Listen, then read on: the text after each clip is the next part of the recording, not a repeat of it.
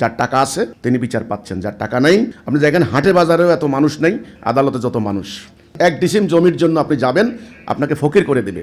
স্বামী স্ত্রী সামান্য ঝগড়া নিয়ে আদালতে যাবেন, 2 পরিবারকে একেবারে নিচ্ছিন্ন করে দেবে সোজা কথা। তাহলে এই বিচার ব্যবস্থা যতদিন কায়েম থাকবে ততদিন খুন, রাহাজানি, মার্ডার, রেপ বন্ধ হবে না।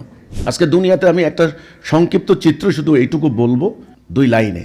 দুর্বল মানুষের উপরে সবলের অত্যাচার, দরিদ্রের উপর ধনীর বঞ্চনা, শাসিতের উপরে শাসকের জুলুম, সরলের উপরে ধূর্তের প্রতারণা। আমি বলবো দুনিয়া একটা নরককুণ্ডের মধ্য দিয়ে যাচ্ছে। নবী করিম সাল্লাল্লাহু আলাইহি সাল্লাম একাধারে তিনি মানুষদেরকে যেমন নামাজের শিক্ষা দিয়েছেন, রোজার শিক্ষা দিয়েছেন, ঠিক তেমনি রাষ্ট্র পরিচালনা করেছেন। ইসলাম রাষ্ট্র পরিচালনার দিক নির্দেশনা আছে। তিনি বিচারক ছিলেন, জুডিশিয়ারি সিস্টেম কায়েম করেছেন, তিনি সেনাবাহিনীর প্রধান ছিলেন, তিনি সেনাপতি তৈরি করেছেন, বিশ্বের শ্রেষ্ঠতম দুর্ধর্ষ সেনাবাহিনী, যার সৈন্যবাহিনী দুনিয়ার তৎকালীন দুইটা সুপার পাওয়ার, রোমান সাম্রাজ্য, পারস্য সাম্রাজ্য, একটার পর একটা নয়, এট এ টাইম তুলার মতো উড়িয়ে দিয়েছেন।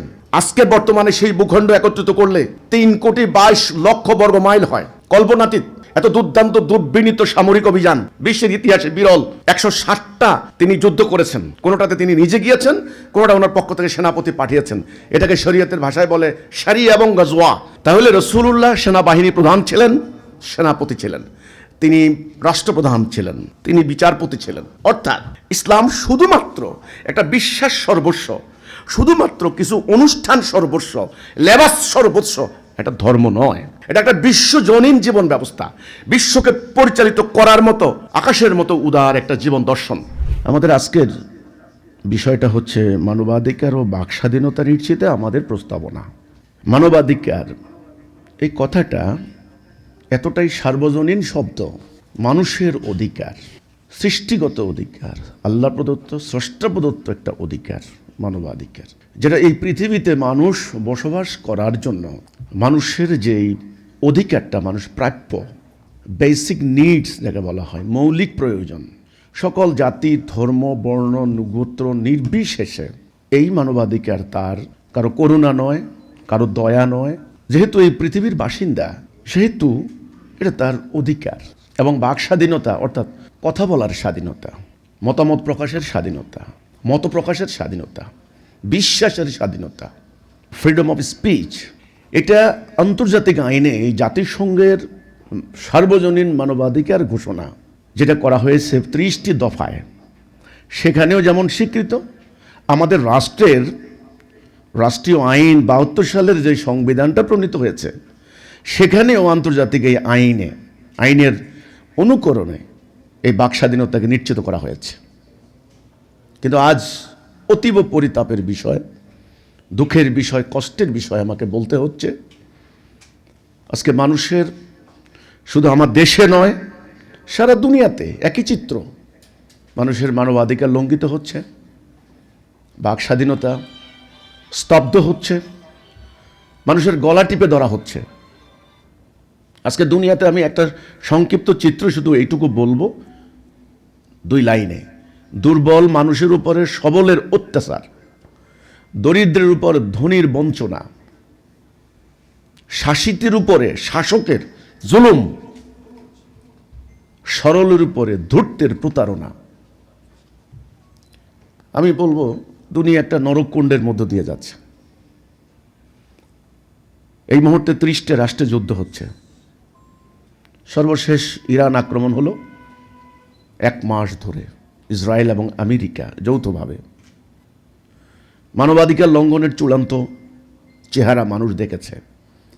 স্বাধীন রাষ্ট্র, তেল সমৃদ্ধ রাষ্ট্রের প্রেসিডেন্ট, ভেনেজুয়েলার প্রেসিডেন্ট যখন ধরে নিয়ে যাওয়া হলো, তখন মানবাধিকারের কথার আর অর্থ নেই।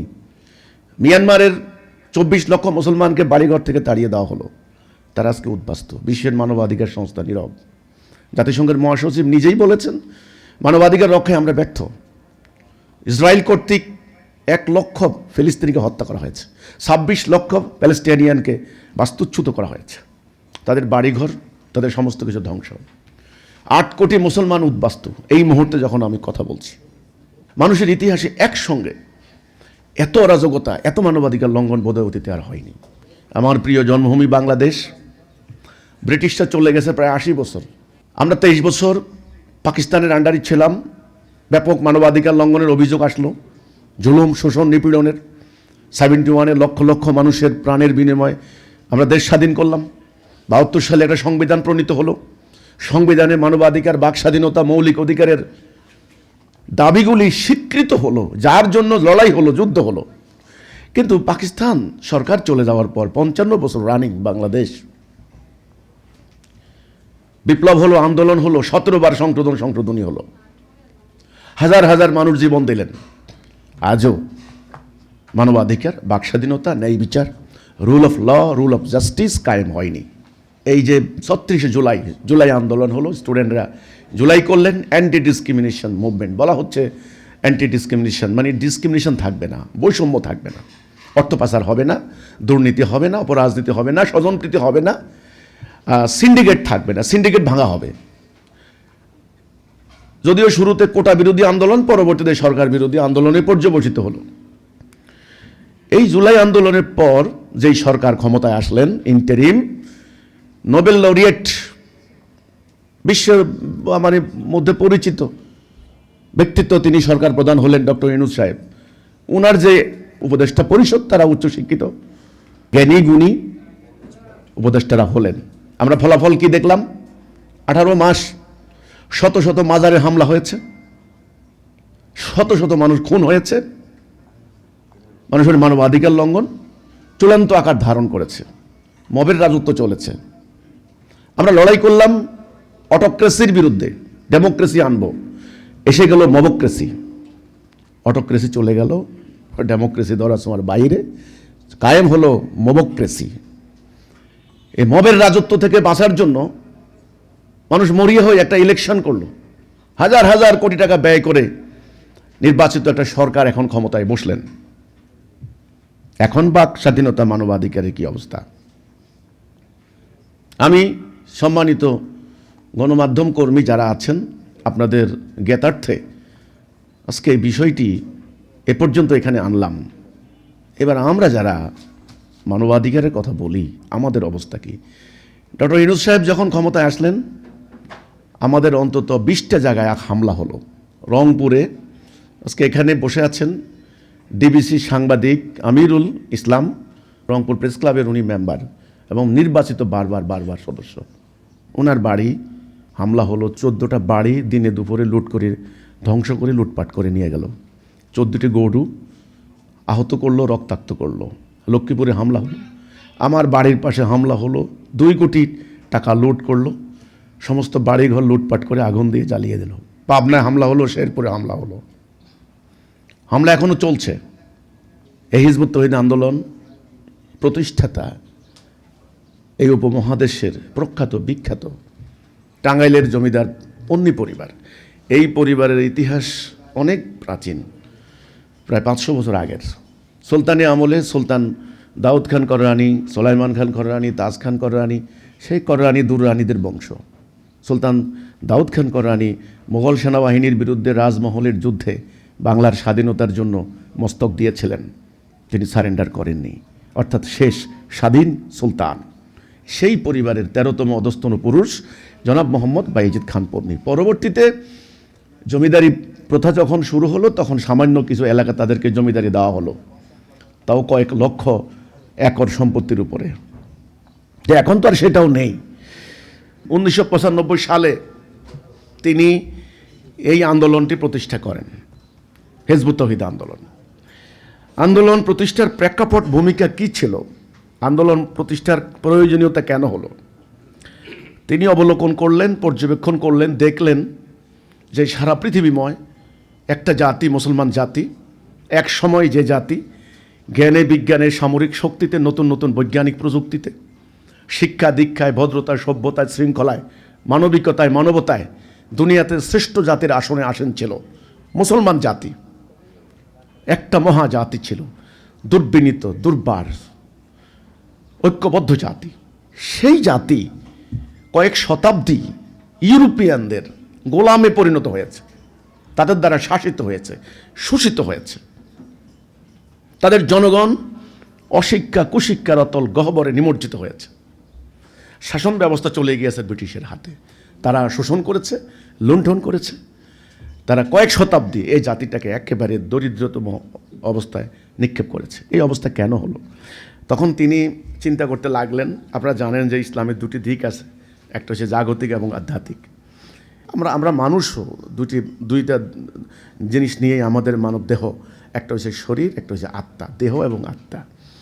শুধু মানুষ দেহধারী নয়, রক্ত মাংস এটা নিয়েই কেবল নয়, মানুষের একটা আত্মাও আছে। মানুষ শুধু জৈবিক প্রাণী নয়, মানুষের আধ্যাত্মিক প্রাণীও। তো যারা আল্লাহকে বিশ্বাস করবেন আর যারা করবেন না, দুটোর ফার ডিফারেন্স। এখন যারা আল্লাহকে বিশ্বাস করবেন তারা মনে রাখতে হবে এখানে আল্লাহ সুবহানাহু ওয়া তাআলার করুণা, দয়া, তার মাস্টার প্ল্যান, তার মহাপরিকল্পনা ক্রিয়াশীল এই সৃষ্টি জগতের উপরে। তিনি যুগে যুগে মানব জাতির হেদায়েতের জন্য নবী রাসূল পাঠিয়েছেন। বাবা আদম থেকে শেষ নবী পর্যন্ত লক্ষ লক্ষ নবী রাসূল গুজরান করে গিয়েছেন। শেষ নবী হযরত মুহাম্মদ সাল্লাল্লাহু আলাইহি ওয়াসাল্লাম, উনাকে আল্লাহ রাব্বুল আলামিন এই পবিত্র কোরআন দিয়েছেন। ধাপে ধাপে 23 বছর ধরে এটা নাযিল হয়েছে ওনার উপরে। এটা কি? এটা হলো মানব জীবন পরিচালিত করার একটা বিধান, জীবন বিধান, system of life, way of life. মানব জীবন কিভাবে চলবে, এই কিভাবে চলবে এর বিধানটা দুই প্রকার হতে পারে। একটা হলো ম্যানমেড, মানে মানুষের তৈরি করা, নিজেদের তৈরি করা। একটা হলো আল্লাহ প্রদত্ত। তো আমরা যারা মোমেন মুসলিম, আমরা আল্লাহর প্রতি যারা ঈমান আনবো, আল্লাহকে বিশ্বাস করব, আমরা এটা বিশ্বাস করতেই হবে যে আল্লাহ আমাদেরকে সৃষ্টি করেছেন, সেই আল্লাহ আমাদের জীবন পরিচালনা করার জন্য জীবন বিধান দিয়েছেন, গাইডলাইন দিয়েছেন যে এই পথে চললে তুমি শান্তি পাবে। সৃষ্টির শুরুতে এই কথাটা চ্যালেঞ্জ হয়েছিল ইবলিসের সঙ্গে। আল্লাহ হুকুম দিলেন যে আদমকে সেজদা করো, ইবলিস সেজদা করে নাই। আল্লাহ তখন ইবলিসকে ডাক দিয়ে বলেছিলেন যে তুই তাকে সেজদা করলি না কেন? ইবলিস বলে ও হচ্ছে মাটি, আমি হচ্ছে আগুন। ওই যে কথাটা হলো, তখন আল্লাহ বললেন অহংকার, এখান থেকে বেরিয়ে যাও। আমরা বলি আউযুবিল্লাহি মিনাশ শাইতানির রাজিম। এটা আমাদের একেবারে আদর্শিক কথা, একেবারে এটা আমাদের দার্শনিক ভিত্তি। এই ভিত্তির মধ্যে না দাঁড়ালে আমরা পরবর্তী কিন্তু সিদ্ধান্ত নিতে পারবো না। প্রতিটা জীবন ব্যবস্থারই একটা ফাউন্ডেশন লাগে, একটা ভিত্তি লাগে। তো ইবলিস যখন চলে গেল তখন ও চ্যালেঞ্জ দিল যে আল্লাহ, তুমি যে আদমকে আমার উপরে শ্রেষ্ঠত্ব দিলে, আমি ওকে তোমার পথে থাকতে দেব না, আমি ওকে তোমার দেওয়া সিরাতুল মুস্তাকিম থেকে সরাবো। আল্লাহ বললেন যা, যাদেরকে নিবি তাদেরকে শুদ্ধ আমি জাহান্নাম পূর্ণ করব। এই যে অবকাশ দেওয়া হলো ইবলিসকে উত্থান দিবস পর্যন্ত, এখন ইবলিস এই আদম সন্তানের রন্ধ্রে রন্ধ্রে, শিরা উপশিরায়, মন মস্তিষ্কে, চিন্তা ভাবনায় সে প্রভাবিত করার সুযোগ পেয়েছে। এই ব্যাপারটা জ্ঞান বিজ্ঞানের আধুনিক এই যুক্তিবিদ্যার যুগে, প্রযুক্তির যুগে, জ্ঞান বিজ্ঞানের যুগে আপনি কতখানি বিশ্বাস করবেন, কতখানি বিশ্বাস করবেন না, আপ টু ইউ। বাট আমরা যারা কোরআন বিশ্বাস করি, এটা আমাদের বিশ্বাসের বেসিক, মানে ভিত্তি। আমি এখান থেকে শুরু না করলে আপনি বুঝবেন না। এই ইবলিসকে ইনস্টিগেশন করার পাওয়ার, অথরিটি দেওয়া হলো। আল্লাহ রাব্বুল আলামিন মাকে বানালেন, মাকে বানিয়ে আদমকে বললেন ইনি তোমার স্ত্রী, তোমরা দুইজন এই জান্নাতে থাকো, যা খুশি খাও, একটা নিষেধ ওই গাছের নিকট যাবে না। যাই হোক, একটা শয়তানের প্ররোচনায় ওনারা সেই আদেশটা ভুলে গেলেন। তখন ওনারা তওবা করলেন, রব্বানা যালামনা আনফুসানা ওয়া ইল্লাম তাগফির লানা ওয়া তারহামনা লানাকুনান্না মিনাল খাসিরিন।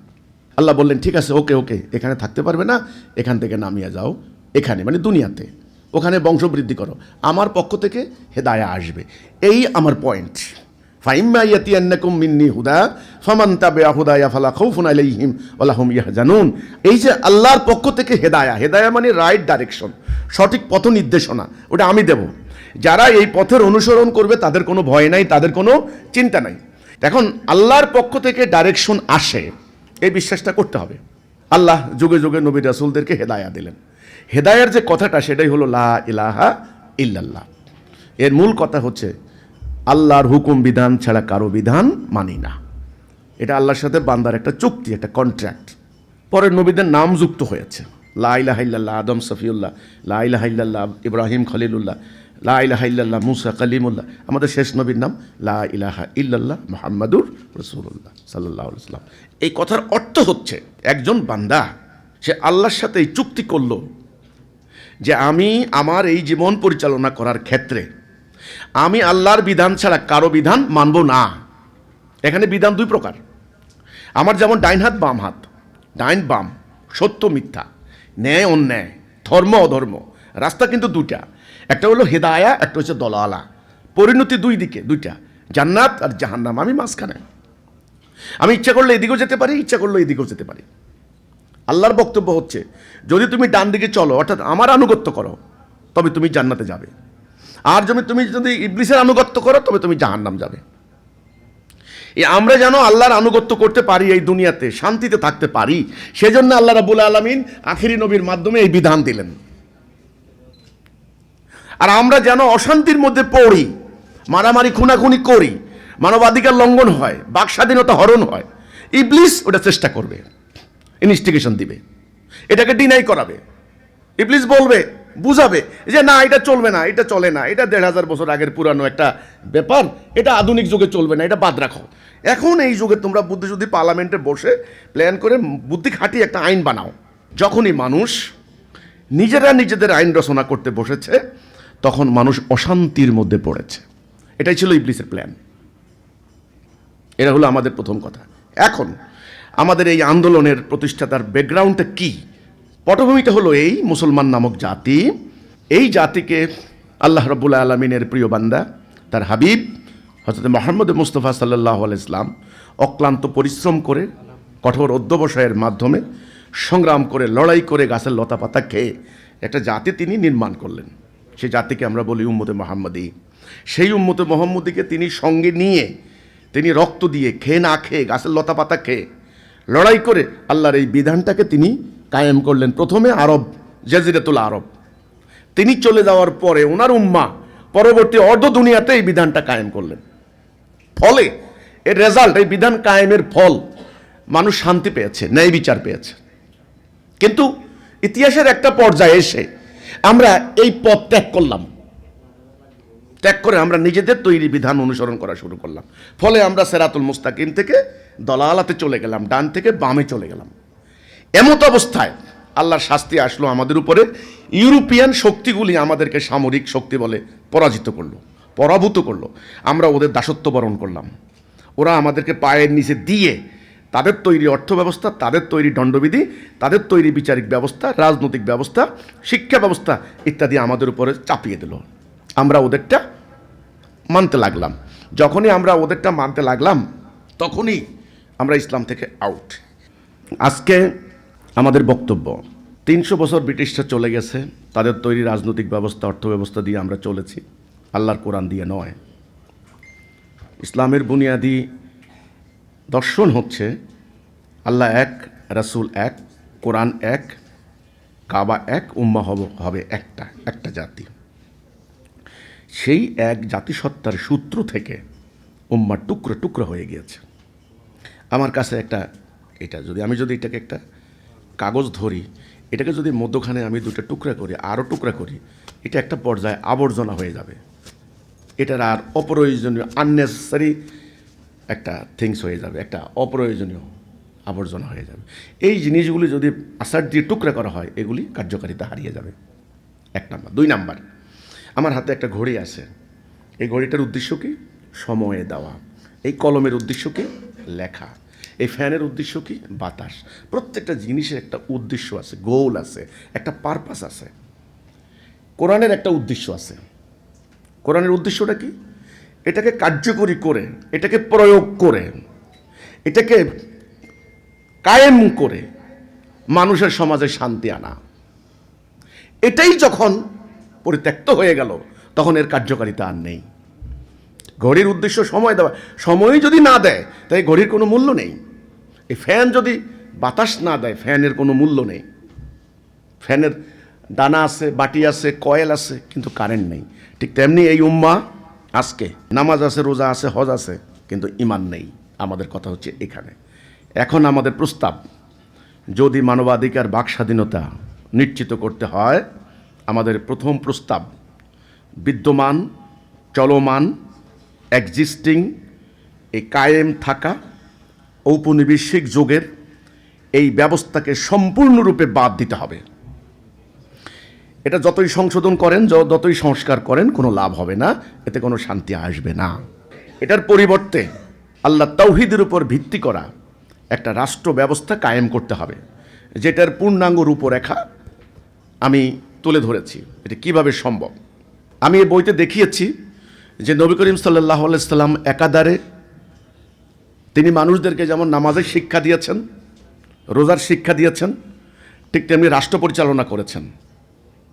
ইসলাম রাষ্ট্র পরিচালনার দিক নির্দেশনা আছে। তিনি বিচারক ছিলেন, জুডিশিয়ারি সিস্টেম কায়েম করেছেন। তিনি সেনাবাহিনীর প্রধান ছিলেন, তিনি সেনাপতি তৈরি করেছেন। বিশ্বের শ্রেষ্ঠতম দুর্ধর্ষ সেনাবাহিনী, যার সৈন্যবাহিনী দুনিয়ার তৎকালীন দুইটা সুপার পাওয়ার, রোমান সাম্রাজ্য, পারস্য সাম্রাজ্য, একটার পর একটা নয়, একটা টাইম তুলার মতো উড়িয়ে দিয়েছেন। আজকে বর্তমানে সেই ভূখণ্ড একত্রিত করলে 3,22,00,000 বর্গ মাইল হয়। কল্পনাতীত এত দুর্দান্ত দুর্বিনীত সামরিক অভিযান বিশ্বের ইতিহাসে বিরল। 160টা তিনি যুদ্ধ করেছেন, কোনোটাতে তিনি নিজে গিয়েছেন, কোনোটা ওনার পক্ষ থেকে সেনাপতি পাঠিয়েছেন। এটাকে শরীয়তের ভাষায় বলে শারি এবং গজওয়া। তাহলে রাসূলুল্লাহ সেনাবাহিনী প্রধান ছিলেন, সেনাপতি ছিলেন, তিনি রাষ্ট্রপ্রধান ছিলেন, তিনি বিচারপতি ছিলেন। অর্থাৎ ইসলাম শুধুমাত্র একটা বিশ্বাস সর্বস্ব, শুধুমাত্র কিছু অনুষ্ঠান সর্বস্ব, লেবাস সর্বস্ব, এটা ধর্ম নয়। এটা একটা বিশ্বজনীন জীবন ব্যবস্থা, বিশ্বকে পরিচালিত করার মতো আকাশের মতো উদার একটা জীবন দর্শন। একটা ব্যক্তিকে নিয়ন্ত্রণ করার, একটা ব্যক্তির আধ্যাত্মিক পরিশুদ্ধি থেকে শুরু করে পারিবারিক, সামাজিক, রাষ্ট্রীয়, বিচারিক, অর্থনৈতিক, সামরিক, কূটনৈতিক সমস্ত দিক এবং বিভাগের ফয়সালা দেওয়া আছে। আমরা মুসলমানরা ইসলামটাকে এখন ব্যক্তিগত গণ্ডির ভেতরে, খানকা মসজিদের 4 দেওয়ালের ভেতরে কিছু আমল আকলাকের মধ্যে সংকীর্ণ করেছি। ফলে আমরা কি করছি দেখেন, আমাদের রাজনীতি, প্রথম ধরব রাজনীতি, এই বাকস্বাধীনতা, মানবাধিকার, এ কথা শুধুমাত্র টেবিলে, গোল টেবিল বৈঠকে আলোচনা করলে এটা সমাধান হবে না, আজ পর্যন্ত হয় নাই। আমি আমার এই ক্ষুদ্র জীবনে আমি হাজার হাজার সভা সমাবেশ, মিটিং করেছি, একেবারে প্রত্যন্ত গ্রাম থেকে শুরু করে বিশ্ববিদ্যালয়ের প্রফেসর পর্যন্ত, শিক্ষাবিদ থেকে শুরু করে রিক্সাওয়ালা পর্যন্ত, আপনার হলো সুপ্রিম কোর্টের বিচারপতি থেকে শুরু করে আমি ব্যবসায়ী পর্যন্ত, আর সারা বাংলাদেশের গণমাধ্যম কর্মীদের সাথে আমার শত শত শত শত মত বিনিময় সভা হয়েছে। সিস্টেম পরিবর্তন না করলে, পদ্ধতি পরিবর্তন না করলে এই আলাপ আলোচনা শুধু টেবিলের মধ্যেই থাকে, কোনো লাভ হবে না।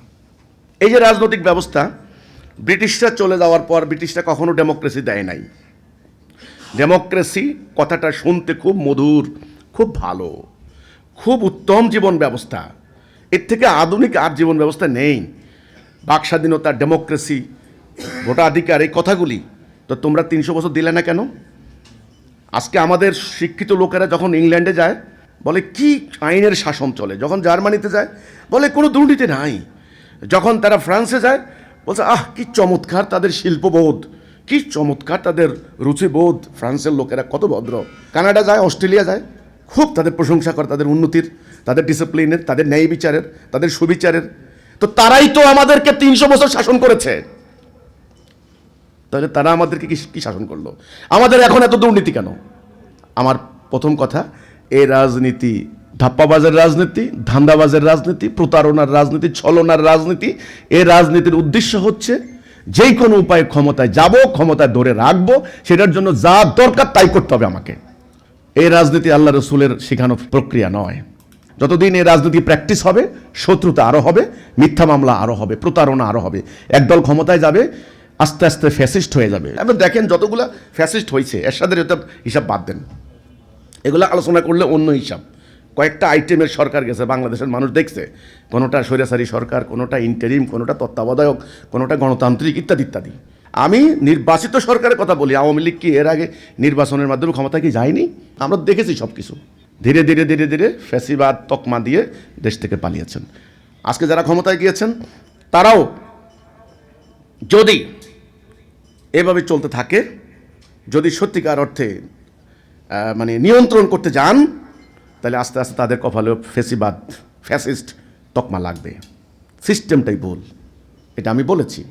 তাহলে কি করতে হবে? এই রাজনীতি থাকলে স্বজনপ্রীতি বন্ধ করতে পারবেন না, দুর্নীতি বন্ধ করতে পারবেন না। এটা বন্ধ করতে হবে। বন্ধ করার উপায় কি? প্রস্তাব আছে। নাম্বার 2, বিচার ব্যবস্থা। বিচার ব্যবস্থায় 44 লক্ষ মামলা পেন্ডিং, 40 বছরের মামলার কোনো ফয়সালা হয় না। বলা হচ্ছে মিথ্যা মামলায় হাসিনা মানুষের ভোগান্তি দিয়েছে। ইন্টারিম আসার পরে কত হাজার মিথ্যা মামলা হয়েছে, আমার কথা না, প্রথম আলো সহ অন্যান্য দৈনিক পত্রিকার রিপোর্ট। তার মানে কি? তার মানে হচ্ছে বিচারালয় অরাজকতা, সেখানে ন্যায় বিচার প্রাপ্তির পথ রুদ্ধ। যার টাকা আছে তিনি বিচার পাচ্ছেন, যার টাকা নেই, আপনি দেখেন হাটে বাজারেও এত মানুষ নেই, আদালতে যত মানুষ। এক ডিসিম জমির জন্য আপনি যাবেন, আপনাকে ফকির করে দেবে। স্বামী স্ত্রী সামান্য ঝগড়া নিয়ে আদালতে যাবেন, দুই পরিবারকে একেবারে নিচ্ছিন্ন করে দেবে, সোজা কথা। তাহলে এই বিচার ব্যবস্থা যতদিন কায়েম থাকবে ততদিন খুন, রাহাজানি, মার্ডার, রেপ বন্ধ হবে না। এই বিচার ব্যবস্থা পরিবর্তন করতে হবে। পরিবর্তন করে আল্লাহ দেওয়া বিচার ব্যবস্থা কিভাবে কায়েম করবেন তার বিস্তারিত রূপরেখাটা, এবং আমি সেটা বলেছি। আমি বলেছি বিচারক পাল্টানোর কোনো দরকার নেই। আমি বলেছি আদালতের বেঞ্চ পাল্টানোর দরকার নেই, বিল্ডিং ভাঙার দরকার নেই। এগুলো বস্তুগত ব্যাপার। সমস্যা হচ্ছে সিস্টেমের মধ্যে। এই বিচারকরা জ্ঞানী, তারা পরীক্ষা দিয়ে বিচারক হচ্ছেন, ওদের যথেষ্ট জ্ঞান আছে। শুধুমাত্র এরা এই সিদ্ধান্ত নেবেন আমরা আজকে থেকে ব্রিটিশের তৈরি, রোমান তৈরি এই ল যেটা ব্যর্থ, এটা দিয়ে আমরা বিচার করব না, আমরা বিচার করব আল্লাহ দেওয়া বিধানে। এবং সেটা কিভাবে সম্ভাবনা আমি পরিষ্কার করে তুলে ধরেছি বিজ্ঞানসম্মত উপায়ে, যৌক্তিক উপায়ে। আমি অযৌক্তিক কোনো কথা বলিনি। আমি বেসিক্যালি রাষ্ট্রবিজ্ঞানের স্টুডেন্ট। 94-এ আমি প্রথম শ্রেণীতে প্রথম হয়েছিলাম। আমি বাংলাদেশের সংবিধান বলেন, আমেরিকার, ইংল্যান্ডের এবং অন্যান্য যতগুলি দরকার, খামোখা কেন আমি 200 রাষ্ট্রের সংবিধান পড়তে যাব, যেটা আমাদের সঙ্গে রিলেটেড, সেগুলো আমি মোটামুটি দেখেছি। দেখার পর আমি দেখলাম আমার কোরআন থেকে আধুনিক, যৌক্তিক এবং প্রাঞ্জল ভাষায় কেউ আসলে সংবিধান রচনা করতে পারেননি। সবচেয়ে বড় কথা হচ্ছে গরু কেতাবে আছে, গোয়ালে নেই। ব্যাপারটা এরকম। গোয়ালে থাকলে তাও বলা হলো এটা সত্যিকার অর্থে গরু আছে। গণতন্ত্র শুনতে খুব ভালো লাগে, কিন্তু গণতন্ত্রের প্রকৃত চেহারা কি মানুষ দেখতে পেরেছে আজ পর্যন্ত? না, মানুষের তৈরি বিধান। এখানে ভুল ত্রুটিগুলো কোন জায়গায় সেটা আমি বলেছি। আর অন্য হিসাব বাদ দেন, রাজতন্ত্র, ফেসিবাদ, এগুলো বাদ। অর্থ বিভাগ, এটা হলো সুদভিত্তিক অর্থনীতি। যারা একটু তাত্ত্বিক আলোচনা করেন, তত্ত্বগত, তারা আপনারা জানেন যে অর্থনীতির একবারে প্রধান দুটি ধারা, একটা হলো ক্যাপিটালিজম, একটা হলো সোশ্যালিজম, যেটা সোশ্যালিস্ট ইকোনমি, যেটা এই দুইটা ওয়ার্ল্ডে কার্ল মার্কসরা যেটা প্রবর্তন করার চেষ্টা করেছেন ওটা ব্যর্থ হয়েছে। দারিদ্র বিমোচন করতে পারেনি, সম্পদের সুষম বন্টন করতে পারেনি। একটা আছে ক্যাপিটালিজম। আজকের দুনিয়াতে ক্যাপিটালিজমের জয় জয়কার। সমাজতন্ত্রের আদর্শের উপর দাঁড়িয়ে আছে চীন। সেই চীনে বিশ্বের শীর্ষ ধনীদের মধ্যে 5 জন ট্রিলিয়ন ট্রিলিয়ন ডলারের মালিক। রাশিয়া সমাজতন্ত্র কায়েম করে ব্যর্থ হয়ে গেছে। রাশিয়ার 90 সালে টুকরা টুকরা হয়ে গেছে। আজকে সারা ওয়ার্ল্ডে যে ক্যাপিটালিজম চলছে এটা হলো সুদ ভিত্তিক অর্থনীতি, পুঁজিবাদ। আমার জন্য শুয়োরের গোস্ত যেমন হারাম, মাংস যেমন হারাম, সুদও হারাম। শুয়োর খাই না ঘৃণায়। যে বেটা শুয়োরের ব্যবসা করে তার সঙ্গে আত্মীয়তা করবো না কোনোদিন, এত ঘৃণা। সেখানে জাতীয় অর্থনীতি, রাষ্ট্রীয় অর্থনীতির বুনিয়াদ সুদের। সুদি ব্যাংক, সুদি আমদানি রপ্তানি, সুদি সিস্টেম, সুদি ব্যাংক থেকে হজ করতে যান, সুদি কারবারি করেন, সেখানে ইন্ডাস্ট্রিয়ালিস্ট হচ্ছেন, অর্থাৎ সুদের উপরে অর্থনীতি চলছে। বাংলাদেশের শীর্ষস্থানীয় গণমাধ্যম কর্মীদের সাথে আমি কথা বলেছি। সেখানে আমি একটা পরিসংখ্যান তুলে ধরেছি যে আপনারা অনেকে বলেন যে আধুনিক যুগের সুদ ছাড়া কী করে সম্ভব। আমি প্রমাণ দেখিয়েছি সুইজারল্যান্ড এবং জাপান বিশ্বের এখন বর্তমানে 2টা রাইজিং কান্ট্রি, সবাই উদাহরণ দেয় যে সুইজারল্যান্ড কি শান্তির জায়গা, ডেভেলপ, আর হলো জাপান। দ্বিতীয় বিশ্বযুদ্ধের পর জাপানের অর্থনীতি যখন পর্যদস্ত হয়ে যাচ্ছিল তখন জাপান সিদ্ধান্ত নিল জনগণকে সমৃদ্ধ করতে হবে। তারা 20 বছর জিরো ইন্টারেস্ট, কোনো সুদ নাই। ঠিক সুইজারল্যান্ডও এই নীতি নিল। সুদ ছাড়া জনগণকে সমৃদ্ধ করার অর্থনৈতিক কাঠামো জাপান এবং সুইজারল্যান্ড যদি সমৃদ্ধ হতে পারে, আমরা থার্ড ওয়ার্ল্ড কান্ট্রিগুলো কেন সুদমুক্ত অর্থনীতি চিন্তা করতে পারবো না? কারণ আছে। কারণ আমাদের যে এই যে গতকালকে একনেকের বৈঠক হলো তারেক জিয়ার নেতৃত্বে, যে মেগা প্রজেক্ট অ্যাপ্রুভড হলো, আমাদের টোটাল অর্থনীতির যে সোর্সগুলো কি, একটা হলো ইন্টারনাল, এক্সটার্নাল। আর এক্সটার্নাল যে সোর্স আছে এটা হলো একটা সিন্ডিকেট, ঠিক ইন্টারনালও একটা সিন্ডিকেট। এখানে সুদী মহাজনদের কাছ থেকে টাকা না নেওয়া পর্যন্ত রাষ্ট্র চলবে না। আমার উপরে নামাজ যেমন ফরজ, আমার জন্য জিহাদ করাও ফরজ। আমার জন্য রোজা যেমন ফরজ, আদালতে বিচার করাও ফরজ। একই আয়াত, কুতিবা আলাইকুমুস সিয়াম, তোমাদের জন্য রোজা ফরজ করে দিলাম। একই রকম কথা, কুতিবা আলাইকুমুল কিসাস, তোমাদের জন্য কেসাস, কেসাস মানে আদালতের বিচার প্রক্রিয়া, সমপরিমাণ যাকে বলা হয়। ফরজ করে, তাহলে আমি রোজা রাখলাম, রোজা ফরজ, কিন্তু আদালতে আইন মানলাম ব্রিটিশের, এটা হয় না। সুর খাইলাম না, আল্লাহ নিষেধ করেছেন, কিন্তু সুদ খাইলাম, এটা হলো না। এটা হয়ে গেল শিরিক, আংশিক মানা, আংশিক না মানা। এই শিরিক আল্লাহ ক্ষমা করবেন না। আজকে আমরা মুসলমানদের এই লাঞ্ছনার কারণ, আধ্যাত্মিক কারণ, কোরআনে আল্লাহ বলেছেন খিজিয়ুন ফিল হায়াতিদ দুনিয়া আফাতুমিনুনা বিবাদিল কিতাবে ওয়া তাকফুরুনা বিবাদ। তোমরা কি এই সিদ্ধান্ত নিছো আমার কিছু মানবা কিছু মানবা না? এটা যদি করো তাহলে দুনিয়ার জীবনে লাঞ্ছনা। আমাদের বক্তব্য হচ্ছে এই লাঞ্ছনার মেইন কারণ এই দুনিয়াতে এই আমরা আল্লাহর কিছু মানি কিছু মানি না। আমাদের প্রস্তাবনা হচ্ছে এই দুই কারণে আমরা বিদ্যমান চলমান ব্রিটিশের তৈরি উপনিবেশিক যুগের তৈরি এই ব্যবস্থা মানতে পারি না। এক নাম্বার কারণ হচ্ছে এটা আল্লাহর দেওয়া নয়, আর আমরা মুসলিম হিসেবে, মুমিন হিসেবে আল্লাহর দেওয়া বিধান মানতে আমরা বাধ্য। এটা আমাদের ইমানি বাধ্যবাধকতা, যদি আমি মুসলমান দাবি করি। আর যদি দাবি না করেন, পরকাল বিশ্বাস না করেন, তাহলে আপ টু ইউ, আপনারও স্বাধীনতা আছে, অমান্য করার স্বাধীনতা। আমি এত অজ্ঞ না, আমি বিশ্বাসের ক্ষেত্রে জবরদস্তি বিশ্বাস করি না, এটা আল্লাহ কোরআনে নিষেধ করেছেন। কিন্তু যদি আপনি মুসলমান দাবি করেন, তাহলে আপনাকে আল্লাহর দেওয়া কোরআনের আইন দ্বারা রাষ্ট্র পরিচালনা করতে হবে, তবে আপনি মুসলিম অ্যাকর্ডিং টু কোরআন। এই কথাটা যে কোনো আলেমকে জিজ্ঞাসা করেন যে যারা কোরআনের আইন মানে না তারা মুসলমান দাবি করতে পারে কি না। বাস আমার এই প্রশ্নটা আলেমদের প্রতি থাকলো। দ্বিতীয় কারণ হচ্ছে যে এই প্রচলিত এই ব্যবস্থা আমাদেরকে শান্তি দিতে পারে নাই, আমাদের অর্থনৈতিক অবস্থা দূর করতে পারে নাই, সামাজিক অস্থিরতা বন্ধ করতে পারেনি। কাজেই এটার কার্যকারিতা হারিয়েছে, এর প্রয়োজনীয়তা হারিয়েছে। এটাকে এখন বাদ দিতে হবে। এখন এটা বাদ দেওয়ার জন্য আমরা সারা দেশে একটা গণসচেতনতা সৃষ্টির জন্য কাজ করে যাচ্ছি।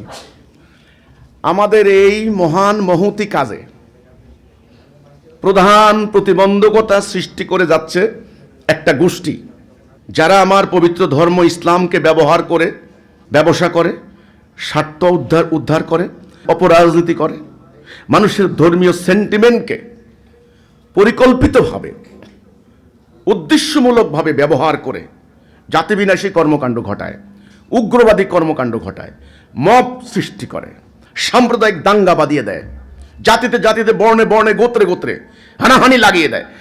এই ধর্ম ব্যবসায়ী গোষ্ঠীটি আমাদের বিরুদ্ধে আদা জল খেয়ে নেমেছে। যেটা আমরা বলি নাই, যেটা আমরা করি না, যেটা আমাদের অভিপ্রায় নয়, সেটা মিথ্যা হ্যান্ডবিল রচনা করে আমাদের বিরুদ্ধে একটা সাংঘাতিক মব সৃষ্টির চেষ্টা করছে। এটা সারা দেশে হচ্ছে। আপনারা জানেন গত 2 দিন আগে আমাদের গাজীপুরে মাওনাতে আমাদের এক নতুন সদস্যের উপর হামলা করলো কে? সুফি হুজুরের নেতৃত্বে। সুফি হুজুর, ওনার নাম রেখেছে সুফি হুজুর। উনি নাকি মশা মাছিও মারেন না, কিন্তু আমাদের সদস্যকে দেখা মাত্র লাঠি দিয়ে মারা শুরু করলেন। তারা যে মারলো তারা কারা, এদেরকে আইডেন্টিফাই না করলে আপনারা ধরতে পারবেন না। প্রধানত কাওমি মাদ্রাসা কেন্দ্রিক একটা গোষ্ঠী, যারা হেফাজতের নাম দিয়েছে। আমি কিন্তু কাওমি মাদ্রাসা সবাইকে ঢালাওভাবে দোষারোপ করছি না, এবং সকল আলেমকে আমি ঢালাওভাবে দোষারোপ করছি না। প্রত্যেকটা গোষ্ঠীর ভিতরে এখন নানানভাবে বিভক্ত হয়ে গেছে। তাই কাওমি মাদ্রাসা কেন্দ্রিক একটা গোষ্ঠী, উত্তরাতে কেফায়েতুল্লাহর নেতৃত্বে এটা হচ্ছে। আচ্ছা, কি হচ্ছে দেখেন, এই হ্যান্ডবিলটা তারা মসজিদে প্রচার করছে। এই হ্যান্ডবিলের নিচে কী লাগছে? বৃহত্তর উত্তরা সর্বোচ্চ ওলামা আইম্মা পরিষদ। হঠাৎ করে এই নামটা আপনারা নিশ্চয়ই এই নামটা আগে শোনেন নাই, ইদানিং শুনতে পাচ্ছেন। এনাদের পার্সোনাল প্রোফাইল আপনি ঘেটে দেখেন, এরা কেউ মামনুল হকের দলে আছে, কেউ হেফাজতের দলে আছে, জামাতের মধ্যে আমরা কাউকে এখানে পাইনি, আর কেউ আছে চরমোনাইয়ের দলে আছে, দলগতভাবে রাজনৈতিক দল। এরা যখন মব সৃষ্টি করার চেষ্টা করে তখন পলিটিক্যাল সাইনবোর্ড ইউজ করে না, কারণ এটা রাজনৈতিক দায়বদ্ধতার একটা ব্যাপার আছে, টপ লেভেলে কথা জবাবদিহি করতে হবে। এই জন্য তারা কী করছে, একটা দলনিরপেক্ষ প্ল্যাটফর্ম তৈরি করেছে। আরও করেছে কি দেখেন, মাদক বিরোধী সমাবেশ ডেকেছে। তো মাদক বিরোধী সমাবেশের প্রধান অতিথি কাকে রাখছেন? এমপি জাহাঙ্গীর সাহেবকে, আরও বিএনপির সভাপতি সম্পাদক যারা আছেন। তো স্বাভাবিকভাবেই বিএনপির নেতৃবৃন্দ মাদক বিরোধী সমাবেশে যাবেন, আলেমদের দাওয়াতে যাবেন। আলেমদের দাওয়াত প্রত্যাখ্যান করতে তো এখন আর বিএনপি পারবেন না, এটা স্বাভাবিক কথা। প্রধানমন্ত্রীকে যেখানে আশীর্বাদ করা হচ্ছে, কাজেই সেটা তো হলো ভিন্ন হিসাব। আমি এই ব্যাপারে প্রধানমন্ত্রীকে সতর্ক করেছি যে এরা কিন্তু হাসিনা সরকারের আমলেও কিন্তু শেখ হাসিনাকে জননী উপহারে দিয়েছিল, ঠিকমতো হাসিনার বুকে এরা ছুরি ঢুকিয়ে দিয়েছে। এরা সবচাইতে সুযোগ সুবিধা কিন্তু এরা নিয়েছে শেখ হাসিনার কাছ থেকে। এদের টিনের ঘর বিল্ডিং হয়েছে, সরকারি জায়গা বরাদ্দ পেয়েছে, সমস্ত সুযোগ সুবিধা এরা পেয়েছে। কিন্তু আন্দোলনের শেষের দিকে ঠিক সময় মতো হাসিনার সঙ্গে বেঈমানি এরা করেছে, এরা করবে। আপনি এদেরকে মুরগির রান, খাসির রান দুনিয়া খাওয়াই দিল, গলা ভর্তি দিলেও ঠিক রাস্তায় গিয়ে আপনার বিরুদ্ধে বেঈমানি করা শুরু করে দেবে। ধর্মকে যারা ব্যবসা করে খায়, আল্লাহ কোরআনে বলেছেন তারা তাদের পেটে আগুন খায়, আগুন। যারা আগুন খায় এদের নীতি, নৈতিকতা, ভদ্রতা, সভ্যতা, শৃঙ্খলা, আদব, লেহাজ কিচ্ছু থাকে না। ফেসবুকে এদের মন্তব্য দেখেন, হয় কোনো কোনো মাদ্রাসায় গালি, বিশেষ করে নারীদেরকে এইভাবে হেনস্থাকার অপমান করা, আপনি কল্পনাতীত। কোনো ভদ্রলোক, সভ্য লোক, কোনো শিক্ষিত লোক, রুচিসম্পন্ন লোক এরকম গালাগালি করতে পারে? এটা কল্পনাতীত, কোরআনের মধ্যে শিক্ষা নয়। ওরা কোথায় শিক্ষা পেল সেটা নিয়ে আমি একটু পরে বলছি। এই হ্যান্ডবিল বাংলাদেশে এক রক্তাক্ত অধ্যায় সৃষ্টি করার সূচনা। আমি সরকারকে বলেছি, আইনশৃঙ্খলা বাহিনীকে বলেছি, সরকার আইনশৃঙ্খলা বাহিনী পাত্তা দিচ্ছেন না, পাত্তা দিচ্ছেন না। একটা কমন ডায়ালগ ব্যবহার করেন, ওনারা আলেম। ওনারা আলেম না, ওনারা আলেম না। যারা মব সৃষ্টি করে, যারা মিথ্যা কথা বলে, এই হ্যান্ডবিলের মধ্যে 33টা পয়েন্ট উল্লেখ করেছে। ভ্রান্ত এবং কুফুরি মতবাদের বিরুদ্ধে রুখে দাঁড়ান, সোচ্চার হন, উম্মতের ঈমান বাঁচান। মানে আমাদের থেকে ঈমান বাঁচানোর জন্য কথা। আমি এটা দেখাবো আপনাদেরকে। এই বইগুলি আমি এনেছি, তারা এই বইগুলিকে উল্লেখ করেছে। আমি দুটি পয়েন্ট উল্লেখ করব। দেখেন, কোনো মানুষের বাড়িঘরে হামলা করার জন্য, মব সৃষ্টি করে ধর্মীয় উন্মাদনা সৃষ্টি করার জন্য কতগুলো নির্দিষ্ট পয়েন্ট আছে। জনগণ যে কথাগুলি সস্তা কথায় প্রভাবিত হয়ে অ্যাটাক করবে, সেটার মধ্যে একটা আছে অমুকে কোরআন অবমাননা করেছে, বাস, আর কোনো কথা নাই। অমুকে নবী অবমাননা করেছে, মহানবীকে কটূক্তি করেছে, এই দুটো পয়েন্ট। অমুক আল্লাহকে গালি দিছে, 3টা পয়েন্ট। অমুকে সাহাবীরে গালি দিছে, আর দরকার নেই ভাই। আল্লাহকে গালি দিছে, কোরআনকে গালি দিছে, নবীকে কটূক্তি করছে, সাহাবীকে গালি দিছে। 3-4টা পয়েন্ট ভয়ঙ্কর। এই 3-4টা পয়েন্ট যদি কারো উপরে ট্যাগ লাগিয়ে দিতে পারেন তো তার বাড়িঘর শেষ। ভয়ঙ্কর এই ধরনের একটা কথা বলেছে যে আমরা নাকি বলেছি সাহাবীরা বিশ্বাসঘাতকতা করেছেন, তারা পথভ্রষ্ট বেঈমান হয়েছেন। নাউজুবিল্লাহ, আস্তাগফিরুল্লাহ। প্রকৃত ইসলামের রূপরেখা 7, 8, 9। আমি এই বইটা এখানে আনলাম। এই বইতে 7, 8, 9 পৃষ্ঠায় আস্তাগফিরুল্লাহ, নাউজুবিল্লাহ, সাহাবীদের অপমান করে যদি কোনো একটা শব্দ থাকে, আপনাদের সামনে এখন আপনারা যে শাস্তি দিবেন সে শাস্তি মেনে নেব। এই বইটা আমি বলেছি উত্তরার ঘরে ঘরে দিয়ে দেওয়া হোক। যদি একটা লাইন অন্যায্য থাকে আমরা তওবা করব, আর কোনো কথা নেই। আকীদা পৃষ্ঠা, এই বইটা মাত্র 10 টাকা বইটা বিক্রি করি। আমাদের মেয়েরা, ছেলেরা বই বিক্রি করতে গেলে তোমরা মারো। আমি বলেছি তোমরা কেন বইয়ে লাইন হ্যান্ডবিল বানাও, এই বই দিয়ে দাও, জনগণ পড়ুক। বই বিক্রি করতে গেলে সেখানে মারো। এবার তোমরা মহফিল করে, আয়োজন করে মিথ্যা কথা বলো, এটা তো হতে পারে না। আমি এই বইটা লিখেছি ধর্ম ব্যবসার ফাঁদে। এই বইটার পৃষ্ঠা সংখ্যা হচ্ছে 318টা পৃষ্ঠা। 318 পৃষ্ঠার এই বই, শত শত দলিল, রেফারেন্স আমি দিয়েছি যে ধর্মের নামে বিনিময় নেওয়া নিষেধ। তারা কি করলো দেখেন, এই বইটার 118 পৃষ্ঠায় আমি নাকি বলেছি সব কামানোর জন্য ইসলাম আসে নাই। আপনি 318 পৃষ্ঠা আপনারা যে কোনো একজন পড়ে দেখেন, ওনাদেরকে বইগুলো দিয়ে দিবেন। সব কামানোর জন্য ইসলাম আসে নাই, এই যে কথাটা। আচ্ছা, আল্লাহ নবীর ইয়েতে নাই, কি রবের জায়গায় নাই। শুনেন, সকল নবীরা ব্যর্থ ছিলেন। এই যে কথাগুলা, কিছু কিছু লাইন আছে ব্যাখ্যা সাপেক্ষ, অর্ধেক লাইন। দেখেন, সবচেয়ে নিকৃষ্ট জাতি, 3 শব্দের এই লাইন, তবে নাস্তিকরা ধার্মিক, তবে নাস্তিকরা ধার্মিক। এই কথাটার মধ্যে আপনি কি বুঝবেন? একটা বই 300 পৃষ্ঠার বই, বইটা না পড়ে আপনি কি বুঝবেন যে নাস্তিকরা ধার্মিক? এই কথাটা আসলে ওইভাবে বলা আছে কিনা? তাহলে আমার কথা হচ্ছে এই, তারা যেটা বলেছে হ্যান্ডবিলে, এগুলি বইতে নাই। আমি জনগণকে বলবো, আজকে সাংবাদিকদের সামনে বলতে চাই যে মিথ্যা রচনা করে, তারা মিথ্যা উদ্ভাবন করে, আল্লাহ কোরআনে বলেছেন যে মিথ্যাবাদীদের উপর আল্লাহ লানত পড়বে, লানাত আল্লাহে আলাল কাযিবিন। এরা মিথ্যা কথা বলছে, যেটা আমরা বলি নাই, যেটা আমরা করি না। আমাদের বাড়িঘরে হামলা করার জন্য, আমাদের কার্যালয় অ্যাটাক করার জন্য একটা ষড়যন্ত্র করছে। সাধারণ সরল ধর্মপ্রাণ মুসলমানদেরকে উস্কানি দিয়ে তারা একটা মব সৃষ্টি করে জনতার আড়াল হবে, তারা এটা প্রচার করবে তৌহিদি জনতা করেছে, আমরা না, ওদেরকে পাওয়া যাবে না। কিন্তু মামলা হলে, মার্ডার হলে, খুন হলে শত শত মানুষ মামলার আসামি হয়। আমার বাড়িতে ওরা হামলা করেছে, 2টো সদস্যকে জবাই করে হত্যা করেছে 16 সালে। আমার মসজিদকে গির্জা বলে ধ্বংস করে দিয়েছে, সেখানে এখন 4তলা মসজিদ, হাজার হাজার মুসল্লি। আমি গত জুমার নামাজে সেখানে ইমামতি করে এসেছি, আমি নিজে খুতবা দেই। আমি বলেছি মাদ্রাসায় পড়লেই তুমি ইসলামের কথা বলবা, আমি বিশ্ববিদ্যালয়ে পড়েছি বলেই কোরআনের কথা বলতে পারবো না। কোরআন তোমার বাপদাদার সম্পত্তি নয়, এটা ওপেন ফর অল। আমি কোরআনের কথা বলবো, আমি কোরআনের শিক্ষায় শিক্ষিত হব, আমি কোরআনের আলোয় আলোকিত হব, আমি নিজের চরিত্র তৈরি করব কোরআন দ্বারা। আমি মিথ্যা কথা বলি কিনা সেটা দেখো, কোরআন বিরুদ্ধে কথা বলি কিনা সেটা দেখো। না, আমি বলতে পারবো না, কারণ আমি বিশ্ববিদ্যালয়ে পড়েছি। ওনারা কওমি মাদ্রাসায় পড়েছেন, ওনারা ভালো জানেন, ভালো উচ্চারণ পারেন, এই জন্য ওনারাই যা বলবেন তাই। আপনারা প্রশ্ন করতে পারবেন যে কওমি মাদ্রাসার এই হুজুরগুলা আপনাদের বিরুদ্ধে কেন? কেনর জবাবের মধ্যে 1 নাম্বার, আমরা বলেছি যে ধর্মের নামে বিনিময় নেওয়া নিষিদ্ধ, আপনারা বিনিময় নিয়েন না।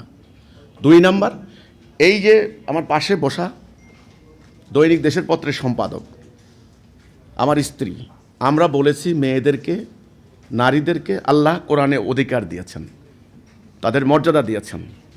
তাদের সক্ষমতা থাকলে, তাদের অ্যাবিলিটি থাকলে, তাদের জ্ঞান প্রজ্ঞা থাকলে তারা জাতীয়, রাষ্ট্রীয়, সামাজিক, অর্থনৈতিক, সামরিক সকল কাজে পুরুষের পাশাপাশি অংশগ্রহণ করতে পারে। তাদেরকে প্রতিবন্ধকতা সৃষ্টি করা যাবে না, একথা আমরা বলেছি। ওদের অভিযোগ হলো আমরা নাকি মেয়েদেরকে কি বেপর্দা করে ফেলছি। আমাদের মসজিদে মেয়েরা নামাজ পড়তে যায়, জুমার নামাজ, ঈদের নামাজও আমরা মেয়েদেরকে, আমরা উত্তরাতে আমাদের সবচেয়ে বড় জামাত হয়, 5 থেকে 10 হাজার লোকের সমাবেশ হয়, সেখানে মেয়েরাও পার্টিসিপেট করে। আমরা হাদিস থেকে দেখিয়েছি রাসূলুল্লাহর মেয়েরা জুমার নামাজে যাইতো, ঈদের নামাজে যাইতো, যুদ্ধের মাঠে মেয়েরা নবী করিম সাল্লাল্লাহু আলাইহি সাল্লামের সঙ্গে যুদ্ধ করেছেন, তারা সেনাবাহিনীতে যোগ দিয়েছেন। তাহলে আজকে তোমরা নারীদেরকে বাক্সবন্দি করছো কোন অথরিটিতে?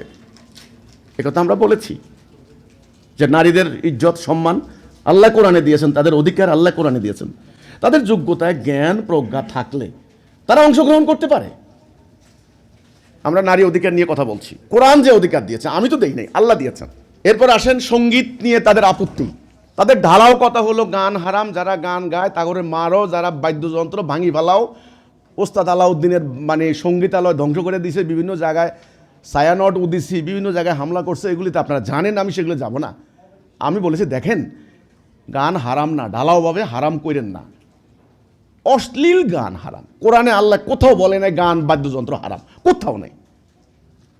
অশ্লীল গান হারাম, যেই গানে আল্লাহর নাফরমানি হয়, ঐক্য নষ্ট হয়, জাতিতে জাতিতে বিভাজনের বিভেদের সৃষ্টি হয়, এগুলি নিষিদ্ধ। আপনি এটা বলতে পারেন না ঢালাওভাবে গান হারাম।